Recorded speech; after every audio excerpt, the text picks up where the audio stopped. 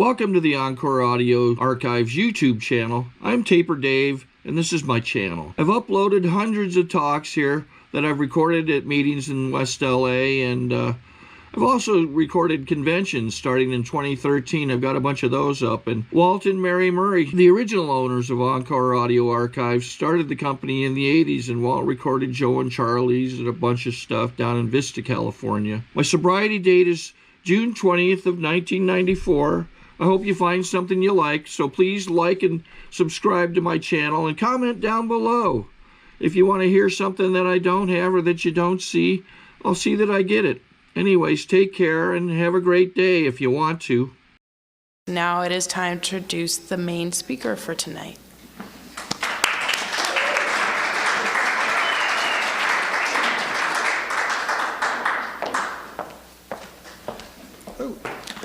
Good evening, everybody. My name is David Delbus, and I am an alcoholic. And first off, it's good to be sober. It's good to be in a meeting of Alcoholics Anonymous. I'd like to, I think it was Jeff who asked me to speak out here tonight, and I'd like to thank him for asking me to come out here.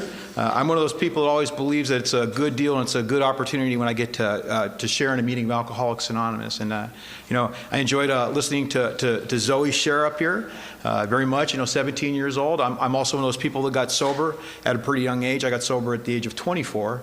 I don't know about anybody else, but as I was sitting there listening to her talk, I loved the fact that she said, you know what, I was feeling suicidal, so I went out and tried to kill my friends. I don't know if anybody else caught that or not, but you know, that's like homicidal, you know, but I get it. I really do get that. And you know, it's a good deal. And you know what, I'm one of those people that absolutely loves Alcoholics Anonymous. I really do. I love Alcoholics Anonymous, and to me, it's just given me an amazing life, you know. And it's not a perfect life. It's not like I won the lottery. I mean, in a lot of ways I did, but it wasn't like, you know, I'm not like driving like a big fancy car. I don't live on a big house in a hill. You know, I don't have $1 million in the bank or any of that kind of stuff. But to be honest, I have a pretty good life. I really do. And I'm one of those people that really didn't think alcoholics was going to work for me. Just so I can get an idea, how many people in this room tonight have like less than a year sobriety? Can I see the people with the hands like less than a year sobriety? Wow, that's like most of the people in the room, you know, and that's pretty good. And I always like to say that whenever I get an opportunity to do something like this, I'm sharing for you guys. And you know, one of the things that I always remembered is I remember being new. I remember coming into meetings when I was really new in Alcoholics Anonymous, and I got sober back in 1988. Thank you very much. My sobriety birth date is December 19th of 1988. That means I just turned 24 years sober. I don't know if that impresses you, but that impresses the hell out of me, because people like me don't get and stay sober. I was talking to somebody else before the meeting. You know, it's a class of 88, and it was a good year. It was a good year for a lot of us that got sober at that time. But when I first came in here, it was like not a good deal. I didn't like Alcoholics Anonymous. I didn't appreciate what was going on around here. I didn't identify with the people. I didn't think it was going to work for me, and I thought I was wasting my time. But I didn't know what else to do. I was really desperate. I was more than desperate. I was absolutely hopeless. And I guess that's the best way to put it. And what it was is that the meeting I used to go to, one of the clubhouse I still go to this day, on a lot of occasions. I go there on Friday nights usually to a stag meeting that I go there. It's a Dunsmore Club in La Crescenta. And when I was first sober, I used to go to this Sunday night speaker meeting. And it was the biggest meeting of the week that they had at that particular clubhouse. And the clubhouse is basically designed to hold about 80 people. It's got about 80 or 85 chairs in the clubhouse. And 24 years ago when I was first getting sober, that was the meeting of the night where if you didn't show up a good half hour before the meeting started, you ended up sitting on the floor. And it started at 6:30 and it went until 8 o'clock. And if you weren't there by 6 o'clock, you sat on the floor. And by the time the meeting started, there would be 100, 110 people just packed into that room. And you gotta love a meeting that's like bigger than the room it's in. You know, there's electricity, there's a sense of, there's a camaraderie that's going on, and you can feel it, you can sense it. And it's something that you can't explain, but you know it's there and you know it's real. And I would sit in those meetings and everybody would be talking and having a good time and chattering, and you know, it's just the bonding that we have in Alcoholics Anonymous. And if you've been here any length of time, you kind of know what I'm talking about.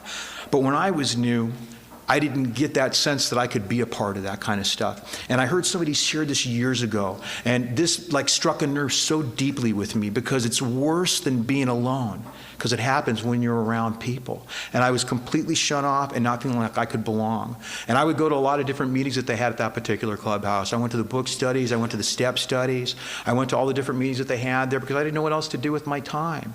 And I would show up at the meetings and I would hear people share, and people would say that they loved AA. People would talk about Alcoholics Anonymous being the greatest thing since sliced bread. They would say what I said up here, that I loved Alcoholics Anonymous. They would say that. And they had people with nicknames like, Grateful John, and there was people that said that they were just, that they loved Alcoholics Anonymous. And I'm sure you've heard people share, and they talk about the road to happy destiny, and isn't this the greatest thing since sliced bread? And it was like I came into Alcoholics Anonymous, and the very first time I ever walked through the door, I felt at home, and I was connected, and I was bonded, and I love AA, and this is great. And I would sit in my chair, and I would wish they would die of a heart attack at the podium, because I didn't have any of those feelings at all.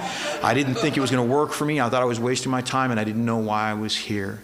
But the thing is that I'm grateful that I was at that point, because really what came down to it is I was willing to do anything when I came to the doors of Alcoholics Anonymous.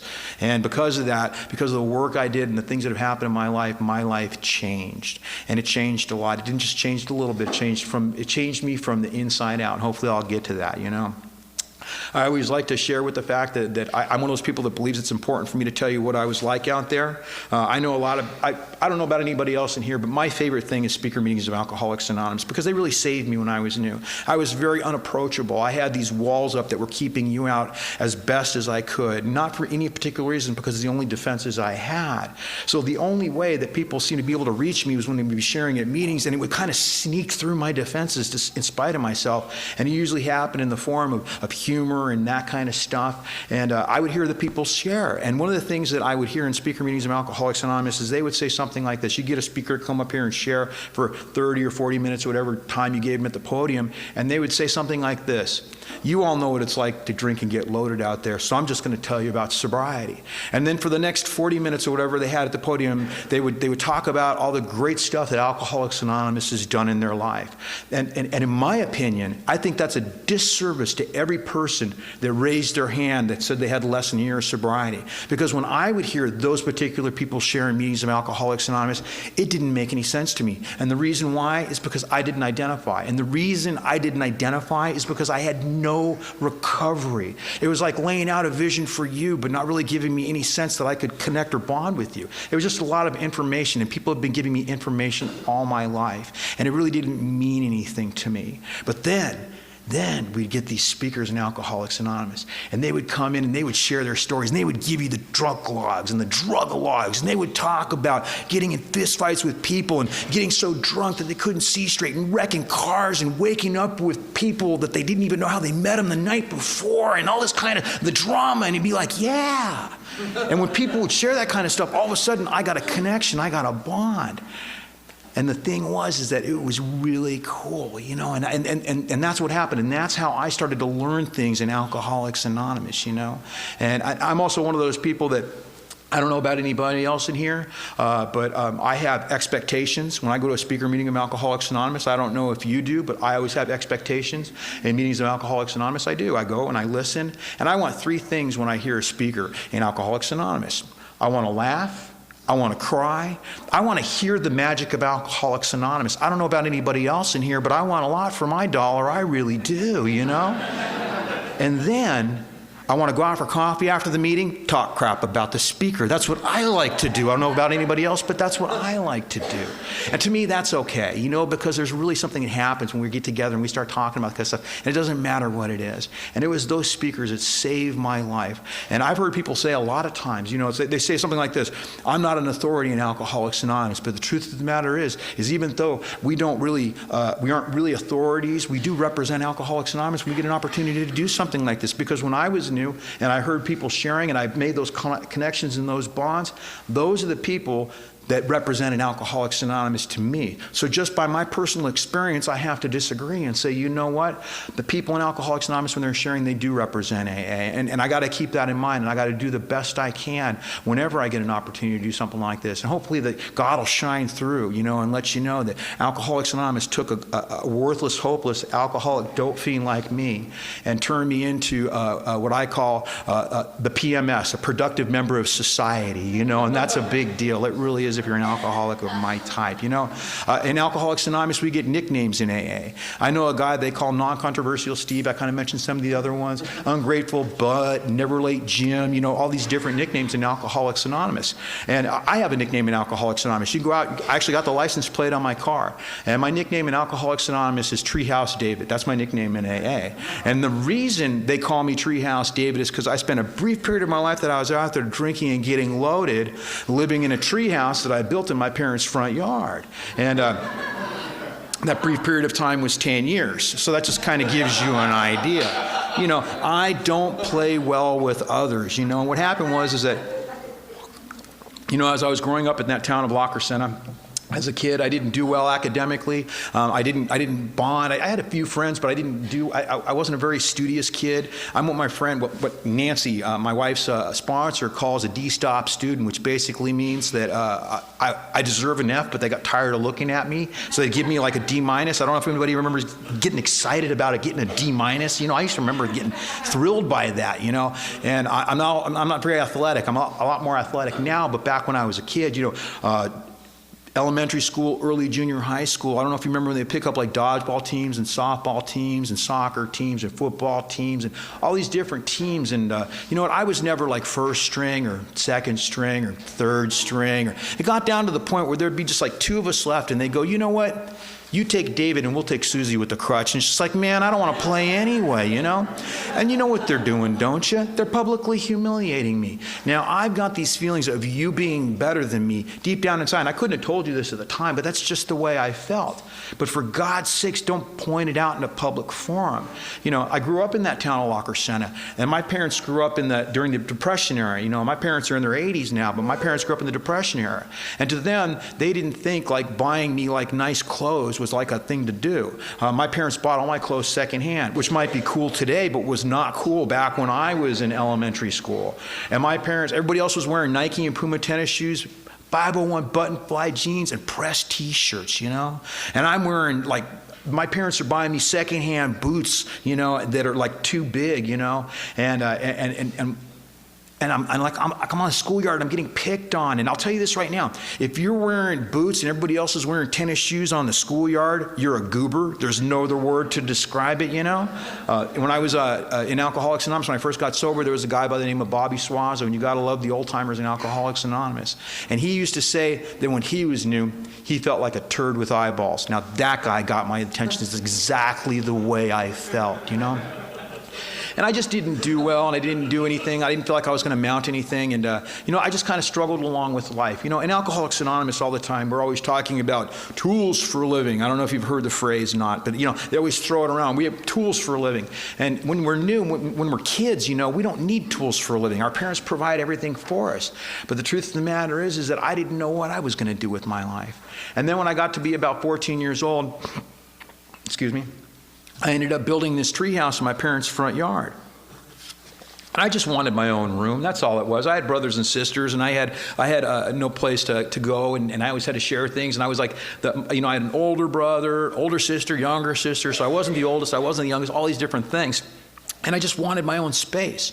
And I'd seen this tree house, a relative had, and I said, that's what I'm going to do. I'm going to build a tree house. And so when I was 14 years old, I ended up building this tree house in my front yard. And I got all the building material from the local construction sites in the neighborhood when nobody was around. I don't know if anybody identifies with this emotion, but if you weren't standing over something, it belonged to me. I don't know if anybody else identifies with that at all or not, but that's just the way I felt. And I took everything I needed to build this tree house. I ended up getting sheet wood and 2x4s and and nails and hammers, saws, roofing materials, whatever it was, it didn't matter what it was. And when I was done, it was actually a pretty nice room. I had a room, it was 20 feet off the ground, it was 5 feet wide, it was 8 feet long. I made it so you could stand up in it. I tar papered the roof, I hung a door on it, I ran an extension cord up there. Now stop and think about what I just described to you for just a second. A room 5 feet wide and 8 feet long. You know what I just described to you, don't you? A cell. And I love that line in the Big Book of Alcoholics Anonymous where it talks about is a self-imposed crisis, you know? And that's what nobody did this to me. I did this all to myself. And I just wanted my own room. And I was kicking back up there, 14, coming on 15, right around that magical age. And a guy from up the street came down. And this guy's name was Mark. Now, Mark was like the coolest guy I knew. I don't know about anybody else in here, but all I ever wanted to be was cool. And I wasn't cool. I was everything but cool. And he came down, he said, "Hey, David, do you want to party?" And what I heard was, "Do you want to hang out with the coolest guy you know?" And I said, "Absolutely." And he came up there that day, and I caught a buzz. And it wasn't just a little bitty buzz. It was a great big buzz that ran from the top of my head down to the ends of my toes. And I started to laugh, and I laughed so hard, I threw up. I laughed so hard. I don't remember if you were laughing that hard, where you can't even see the spots are in front of your eyes, and you're trying to breathe in, and you're turning blue, and you finally get some air back into where you can breathe a little bit, and you look at your friend again, you start laughing all over again, and off you go. And I'll tell you, man, what it did for me. And that's what we're really talking about here, that magic click that people are always talking about in Alcoholics Anonymous. And I'll tell you this right now, it only happens in 1 out of 10 people. Most people don't get that kind of reaction. It did something for me. It changed the way I felt. Not only did it make me as good as you, damn it, it made me just a little bit better. And if anything works that good, why would you not do it every single living, loving chance you ever got? And I remember from that day forward, it was on. The best analogy I've ever been able to come up with was I was reading a story about a monk, and this monk's name was Dom Perignon. He basically invented champagne. And what happened was he was upstairs in the monastery. All the other monks are downstairs. He's upstairs, and he's working on a batch. And he'd been sampling it quite a bit while he'd been working on it. Sound familiar to anybody? Anyway. He's been sampling away on it, and what happens is that all of a sudden he just got too much, and he's over by the stairs, and he falls down the stairs, whack, and he's laying at the bottom of the stairs. And all the other monks come running up, and they surround him, and they go, "Dom, what happened?" And he looked up at them, and he said, "I've been drinking stars." I remember reading that, and that ran chills down my spine, because that's exactly what it's like when I drink and I get loaded. It's like I have been drinking stars. It makes me one with the universe. Man, I absolutely love this. And I'm one of those people that believes that alcoholism goes into 3 basic stages. The first stage is fun with no problems. We drink, we get loaded, we have a good time, we pay no price. And I absolutely loved it, because that's what it did for me. All it did was make me feel good. And from that day forward, if you told me it would get me drunk, if you told me it would catch me a buzz, if you told me it would get me loaded, I would take it, drink it, huff it, puff it, shoot it. I didn't particularly care, man. I'm like a garbage disposal. And I know I'm not the only other person like that in here besides me tonight. Is there anybody in here besides me that smoke banana peels? There's always at least a couple of us, or apple seeds or whatever, it's like all sorts of things, It didn't matter what it was. And they even have a song. You remember the song? It's called Mellow Yellow. I don't know about anybody else in here, but I think to myself, if there's a song, it should work. That's just my opinion. I felt cheated by that. I really did, But on I go. And I would just sit up in my treehouse, and when you're like 14 and 15 and 16 years old, you need a place to party. And people would come by my treehouse, and they would party with me. And I only had one rule. You got to share with me. And I love that rule. And man, I got loaded a lot for free. And I would just sit up there and drink and do drugs all the time. And I absolutely loved it, And I completely dropped out of school, and this is basically what I decided I was going to do for the rest of my life, And I couldn't have consciously said I knew that, but that's basically what all my actions said.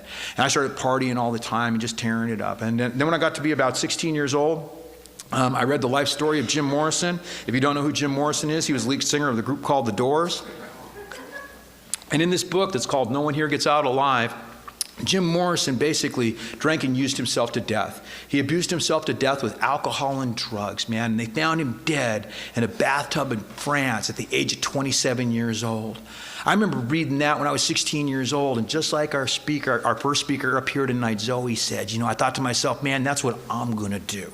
I'm not going to be like a rock star because I can't play any musical instruments and I can't sing and I don't want to come down out of my tree, but what I'm going to do is I'm going to drink and use myself to death. And I decided when I was 16 years old that I was going to die when I was 25 years old. Is there anybody in here besides me that gave themselves death dates? There's always at least some of us in here, and if you've given yourself a death date, you know why you do it. At the time, I would have told you I was just being insightful, but the truth of the matter is that I had started getting well-intentioned, good-meaning people asking me this bizarre question, and this question went something like this: what are you going to do with your life? And they were concerned, and it seemed like, and it's like, it's not a bad question, but if you're anything like me, it's like cornering me. It's like, what do you mean, what am I going to do with my life? I'm trying to dodge and hide and get away because I don't know how to answer that thing. Now all of a sudden I got a pat answer. I'm just gonna use and drink until I die. I'm gonna live my life like a rock and roll lyric. It's better to burn out than fade away. That's what I'm talking about. But if it comes down to it, and if I don't do that, I'll stick a shotgun in my mouth and I'll blow my brains out. I'll be like Kurt Cobain, or I'll be like Ernest Hemingway, or what's Amy Winehouse, whatever, the twisted poet artist. This is what I'm going to do. I'm living in a tree. It kind of goes with it, that kind of a thing. It's just on and on and on. The self-deception of the practicing alcoholic is unbelievable, But then it goes into the second stage, and the second stage is fun with problems. And I got this from Father Tom. You might have some of his CDs up there. Get a chance, pick up Father Tom. It's amazing, Fun with no problems, and there's fun with problems. Now I started getting in a bit of trouble, I started picking up the issues, we call them, People call them outside issues. I don't know what the hell an outside issue is. I think an outside issue is politics, I don't think alcohol and I don't think drugs is an outside issue in a meeting of Alcoholics Anonymous. That's just my opinion on that. But you know what? It's just like, here I am, and I'm drinking, and I'm getting loaded, and I always like to say that if you're working on your AA resume, and you think you need a drunk driving, I got a drunk driving on my AA resume. I got mine on a moped. If you don't know what a moped is, basically it's a motorized bicycle. I was at a party one night, and see if anybody identifies with this particular emotion. I'm at a party, and I'm afraid I'm not going to get my fair share. Does anybody identify with that at all? I always felt like people are holding out on me. That's just the way I feel. And I was at this party one night, and I had a big P Army coat on. It had a lot of pockets in it. And every time I went to the big ice chest full of beer, I would grab an extra bottle because I thought nobody would. I thought I was being slick. I thought I was being cool, and I'd stick one of the bottles in my pocket and grab an extra beer for me. So it's like one for me and one for my jacket, one for me and one for my jacket, one for me and one for my jacket. I'll get to the point. There's a lot of pockets in those coats, and I can't even get any more beer in this coat. And I turn to walk away, and you can hear the bottles clanking, and I think I'm being slick. I think I'm being cool. But hindsight is 20/20. I look back in my mind's eye, and I think and you know what they're saying, don't you? At least he's leaving, And I got on my moped, and I went driving down the middle of Foothill Boulevard. And I don't know if anybody else here identifies with this. I don't know if you've ever had a vehicle dying of alcoholism, but there's only two rules to a vehicle dying of alcoholism. Can you get it started, and can you keep it running? Everything else is negotiable. It doesn't matter, man. And my moped had no headlight for a spark plug wire.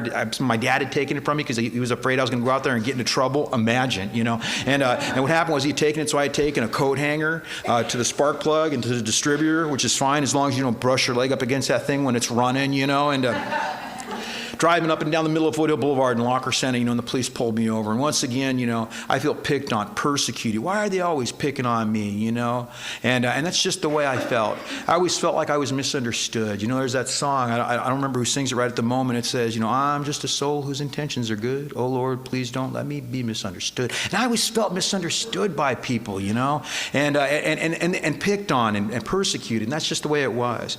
I used to get in fights with people twice my size, I remember having that phase where I thought I had taste when I was out there drinking, and I was drinking vodka of the gods from Trader Joe's. It was $4.99 for a half a gallon. You could strip paint off of chairs, but it got the job done, you know, and I would mix that with Rainier's Ale. So it was vodka of the gods and the Green Death, you know, and it was a good combination, you know. And boy, I just get polluted, you know, and just get out where the grass grows and the wind blows, because I like getting just as drunk as I could possibly get. There is no middle of the road. There is no maintaining. I'm not a functioning alcoholic, you know. I know there's people that do it. I sponsor a guy that's a functioning alcoholic, but I couldn't do it. When I'm drinking, get loaded, I can't do anything else. That's all I do. But, you know, I'm also an unsuccessful suicide. I don't know if there's any unsuccessful suicides in here tonight, you know. There's always a few of us, you know. And I was an unsuccessful suicide. My friend caught me trying to break into her house one night, and what happened was that you know, I don't know if you've ever had like that self-pity when you get caught doing something, or just the self-pity that you get into, you know. And it's just like, oh, I'm scum. And she said, David, go home and go to bed. And on my way home, you know, I was so drunk, I said, I'm just going to kill myself. And I did the Tom Sawyer, Huck Finn, you know, thing. I thought about my funeral in my head, and how they should have been nicer to me when I was alive, you know, and all that kind of stuff. And I decided I was going to jump off the freeway bridge up on La Crescenta there, right below the high school. And it seemed like a really good idea when I climbed up there. It didn't seem like a very good idea once I got up there, you know.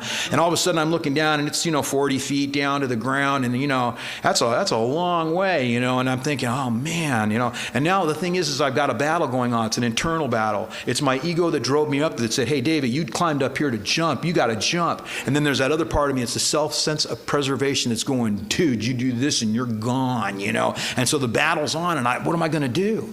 And all of a sudden a car pulls up down below, and a guy gets out and goes, don't jump. And I think to myself, thank God I got someone to talk me down. And I said, I won't. I climbed down off of that bridge, I got into his car, and we went to a party. I don't know if that makes sense to you or not, but it made perfect sense to me.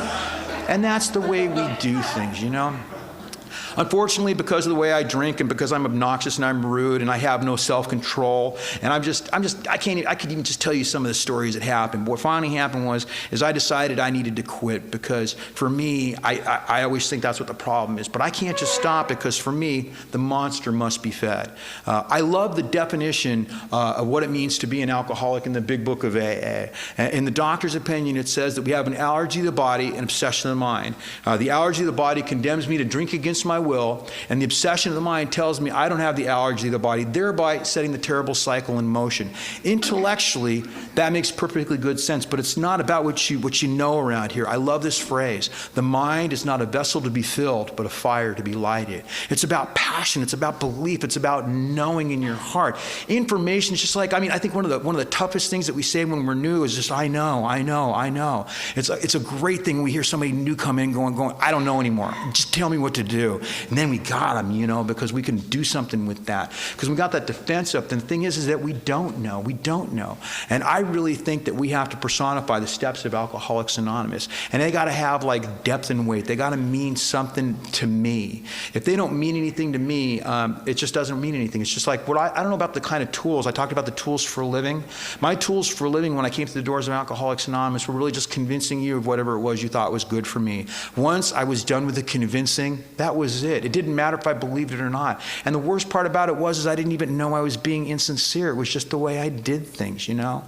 And to me, to personify this, to make these steps have like something that's not just information in my head, but it means something in my heart. You know, I came around here, I had been around here for a little while, you know, allergy of the body, obsession of the mind, yeah. It makes a lot of sense. But it's not about what you know around here, man. It's about what you believe.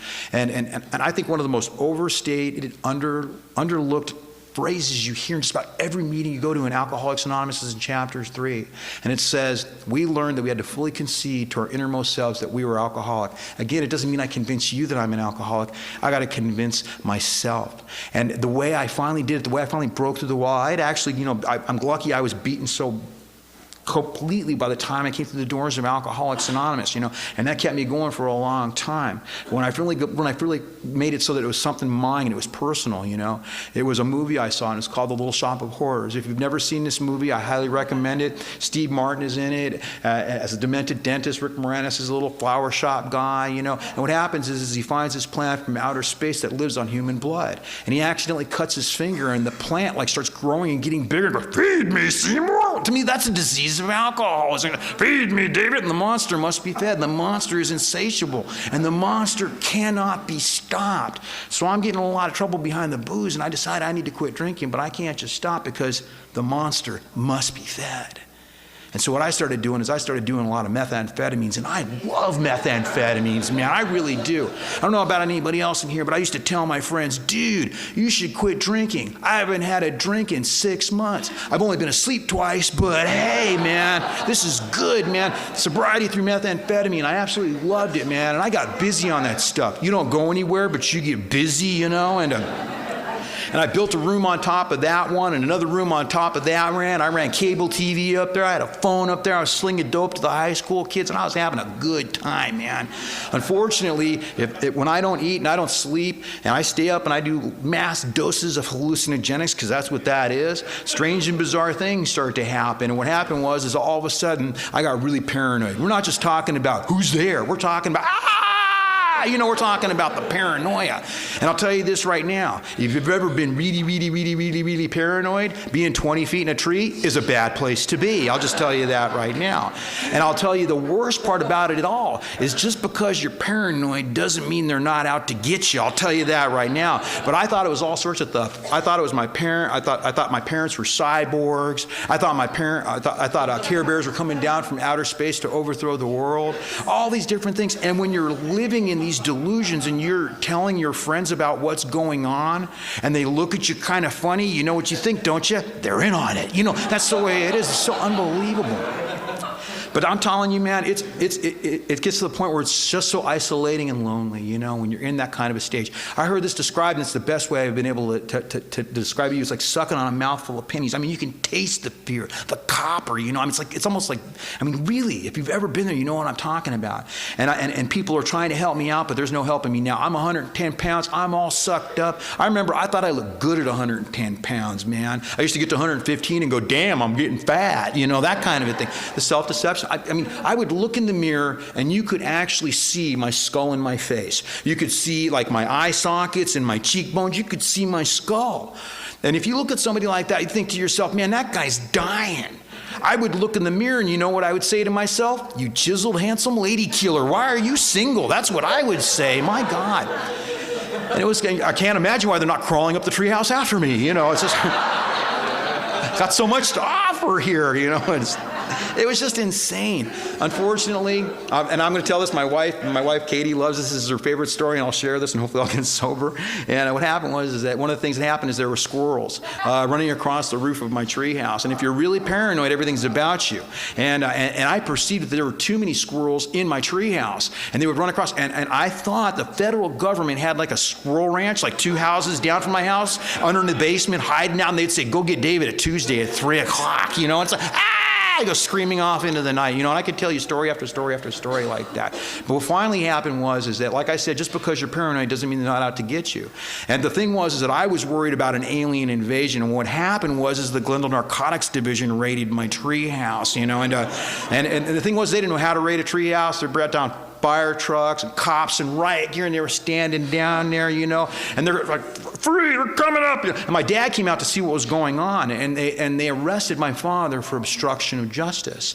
Now, I'm here to tell you right now, if you think bottoms are going to get people like you and I sober, they won't, because this was my bottom. You know, what happened is that my dad was not an alcoholic. My dad was not a drug addict. All my dad ever did was love me unconditionally all his life. And what happened was they arrested him, and they stuck him in a holding tank with me. And it's my opinion, they wanted to see if he would kill me. That's just my opinion on that one. And I remember sitting there in that cell and looking at my feet, and I finally looked at if I got 5 minutes? Okay, and I remember looking at my feet, and finally I looked up at my dad and I said, those 2 words that alcoholics of my type are so famous for in situations like that, they said, "I'm sorry." You know, I said, "I'm sorry." And the truth of the matter was, those are the words we always use. But it was never enough for me. You know, bottoms cannot and will not keep people like you and I sober. And I could no longer believe the big lie anymore after that. And you know what the big lie is? I'm not hurting anybody but myself. And it wasn't enough. It wasn't enough. I was out there for another couple of years. I ended up going through Impact House Treehouse in Pasadena, American Hospital, out in the Pacoima for a detox, and it wasn't enough. And finally what happened was I crawled through the doors of Alcoholics Anonymous on December 19th of 1988. And I can't tell you what made that day any different than any other day.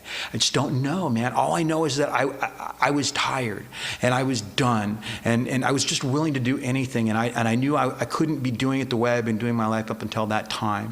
And they used to sit there and they used to tell me, just hang out, and it'll get better. And I thought they were lying to me. I remember when they used to sit there and they would say that, like when I was about maybe 60 days sober, they would say, oh, David, you're getting that AA twinkle in your eye. And I'm a tweaker, and I think to myself, they're lying to me. They're just trying to convince me that Alcoholics Anonymous was working. I know it's not. It's not working. They're just lying to me. They're just trying to make me think it's going to work, and I knew it wasn't true. Hell, I gained like 50, 60 pounds in those first 2 months, I was dying when I got here. And I didn't feel like it was working, I kept thinking I'm supposed to feel better, and it didn't work that way for me. It really didn't, And I struggled, and I didn't think Alcoholics Anonymous was ever going to I just didn't think it was going to work. But slowly but surely, incrementally, things started to change for me. And it didn't happen instantaneously, I don't know about anybody else. I want a spiritual experience. I don't want a spiritual awakening. I want to come in here. I want to walk through the doors of Alcoholics Anonymous. I want to make like one pot of coffee for a meeting and have the presence of God envelope me. That's what I want, because that's what I'm used to. I'm used to taking a drink, getting a response, doing a line, getting a response. I come into a meeting of Alcoholics Anonymous, I make you a cup of coffee, nothing. Come on. This is what I'm used to. What's that? Remember that commercial? Instantaneous gratification. That's what I'm used to, The thing is that Alcoholics Anonymous works the same way in a lot of ways, but it's more gradually. But the kicker of it is it's more permanent. Whereas the chemicals and the booze and the drugs are only temporary, and they're not real. And that's the thing, man. And I came in here, and slowly but surely, things started to change. And I came in here, and all I can tell you is that, I didn't think it was going to work. But what I did is I bought the package of Alcoholics Anonymous.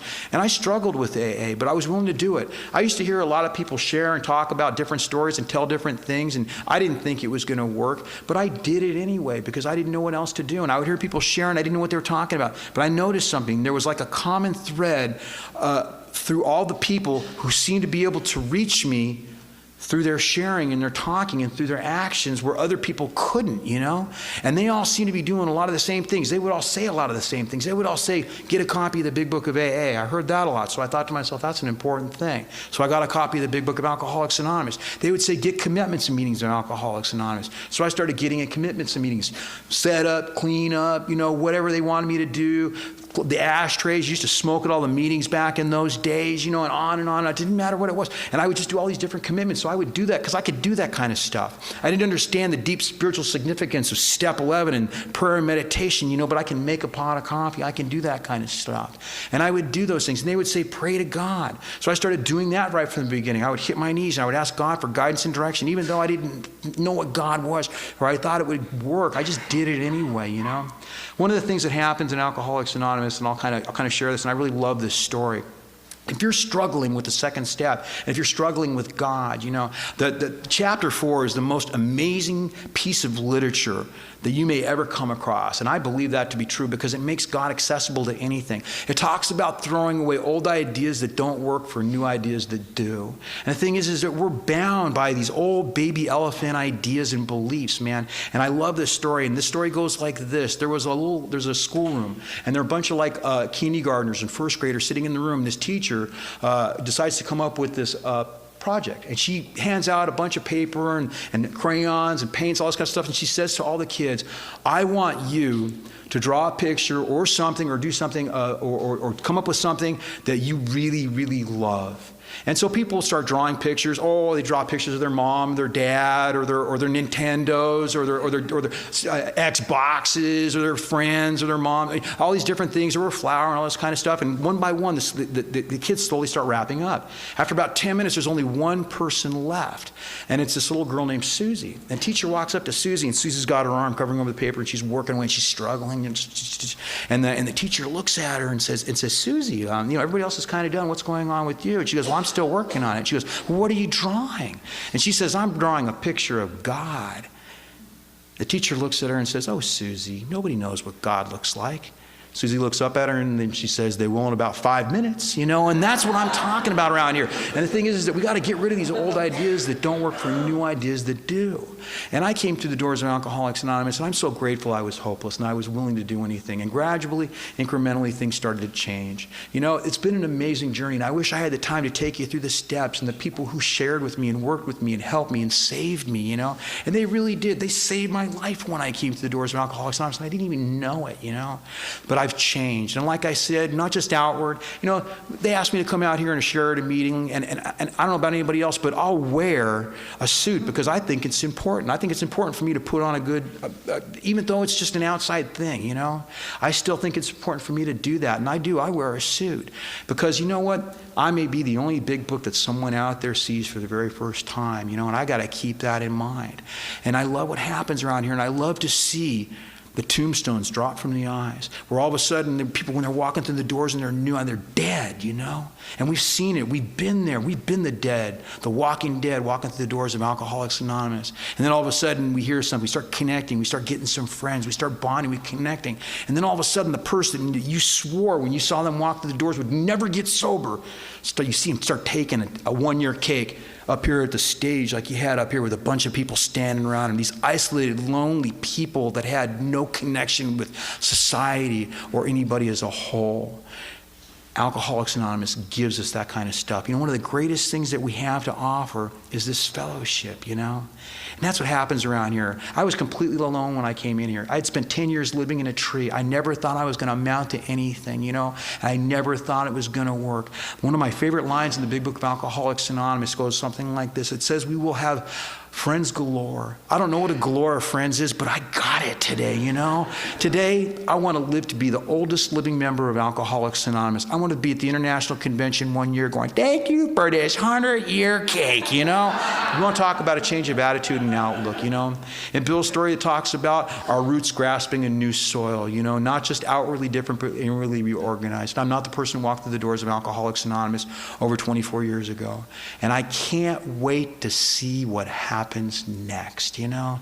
Not bad for a guy who planned on dying when I was 25 years old. You know, I'm 49, you know, and I'm almost 49, and it's just a good deal. You know, I'm married. I met my wife in Alcoholics Anonymous, you know, and it's a great thing. I encourage relationships in AA. The only thing that I recommend is that you have at least done an inventory and a fifth step with a sponsor. If you don't, if you're just new in Alcoholics Anonymous and you hook up when boy meets girl across the AA campus, it's like 2 ticks and no dog, man. You suck the life out of each other. We see it happen all the time, man. So that's the only thing that I recommend, you know. If you want my number after the meeting, come up and get it. You know, we only keep what we have around here by giving it away, and thanks for letting me share with you guys.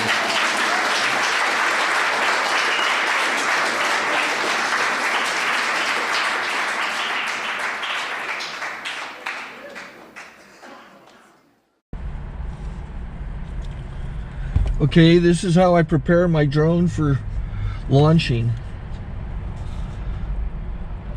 I like to do it inside the cab of my truck so I'm not standing outside in the weather. To install the joysticks for control, up and down, right and left, powered on. I have an Android phone that I use to connect it to the drone with. And it's actually controlled through the iPhone, through an app. Oops, wrong way. It's actually controlled through the iPhone, or through this Android phone, through the app. It's actually controlled through the Android phone, through an app, and you connect it through this short connection right here.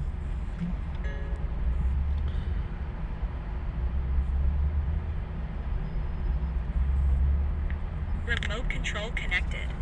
Remote control's connected. So I pull out the drone. I have to extend the legs. Long legs extended first, then the short legs. Remove the gimbal protector. Set that aside, then power it on one short burst, then one long burst. I lay it down. So I have to go to calibrate. So the drone's not connected yet. It shows you here as this drone gets disconnected, even though the remote's powered on. So the drone has to establish it's connected. So I go into the app to calibration mode. First I'll calibrate the remote controller. Start calibration. Out, in, oop, out, in, up, down, and then this little wheel is to control the gimbal. So it's calibrated. Go to gimbal calibration, start calibration, and then it calibrates the gimbal. I don't know if that shows up. The gimbal's moving all over the place. Changes, you can see it on the video.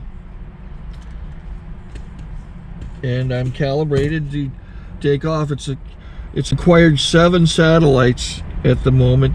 There are 26 satellites up in the sky, which it has to acquire before you can take off. So it's connected. It's got enough satellites. This is white. I can go to press this little arrow button, swipe right to take off, and it would start the motors if I slid this to the right. But I'll wait till I get outside. Don't want to do it inside.